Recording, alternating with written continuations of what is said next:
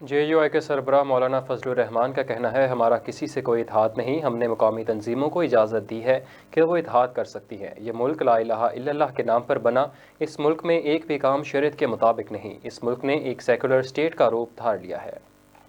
75 سال سے زیادہ کا عرصہ ہو چکا ہے جس لا الہ الا اللہ کے کلمے کے نام پر ہم نے یہ وطن عزیز حاصل کیا، اس لا الہ الا اللہ کا ہمارے اوپر قرض ہے۔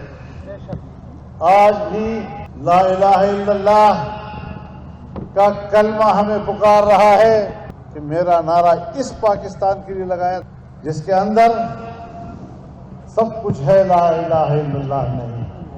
میرے محترم دوستو، ہر مسلمان نماز پڑھتا ہے، ہر مسلمان روزہ بھی رکھتا ہے، حج پہ بھی چلا جاتا ہے، زکوٰۃ بھی ادا کرتا ہے، شریعت کے مطابق نکاح بیاہ بھی کرتا ہے، اپنی وراثت بھی شریعت کے مطابق تقسیم کر لیتا ہے، لیکن یہ اس کا شخصی معاملہ ہے۔ وطن عزیز کو کیا چاہیے؟ قرآن و سنت کا نظام چاہیے۔ 75 سال سے ایک ایسا ملک جو ہم نے مذہب اسلام کے نام پر حاصل کیا تھا،